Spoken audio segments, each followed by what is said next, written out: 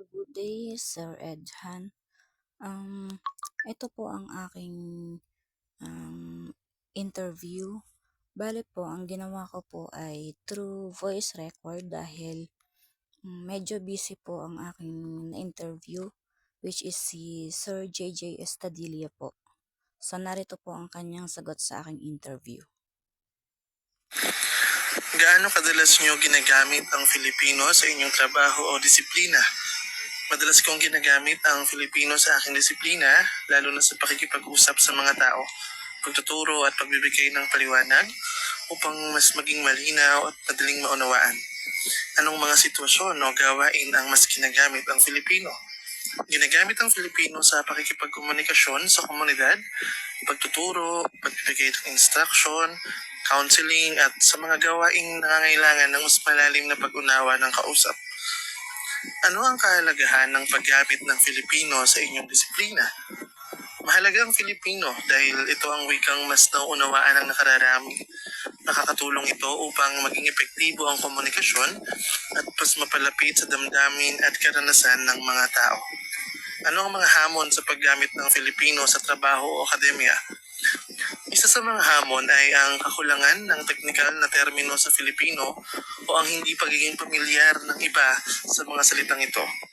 Minsan din, ito ay mas sanay ang iba sa paggamit ng Ingles, lalo na sa formal na sulatin. Mayroon bang mga terminolohiyang Filipino na ginagamit ninyo sa araw-araw?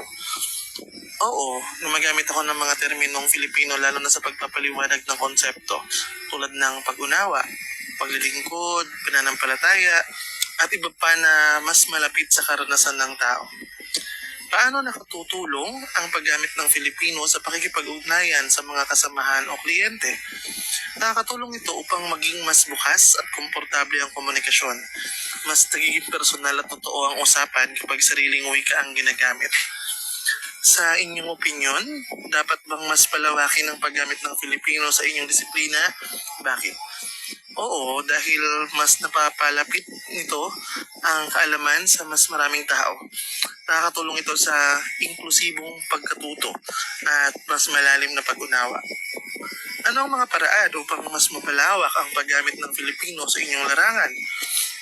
Maaaring magsulat ng mga materyales sa Filipino, gumamit ito sa pagtuturo, magsalin ng mga terminolohiya, at hikayatin ng iba na gamitin ito sa diskurso o diskusyon.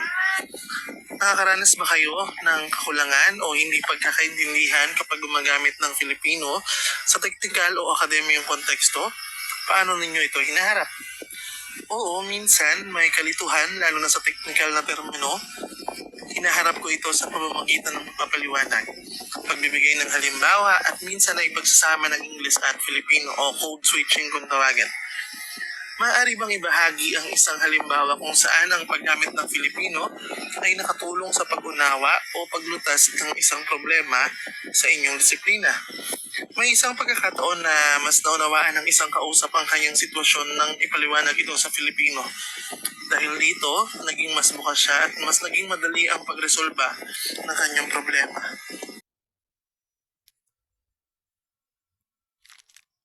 Thank you po.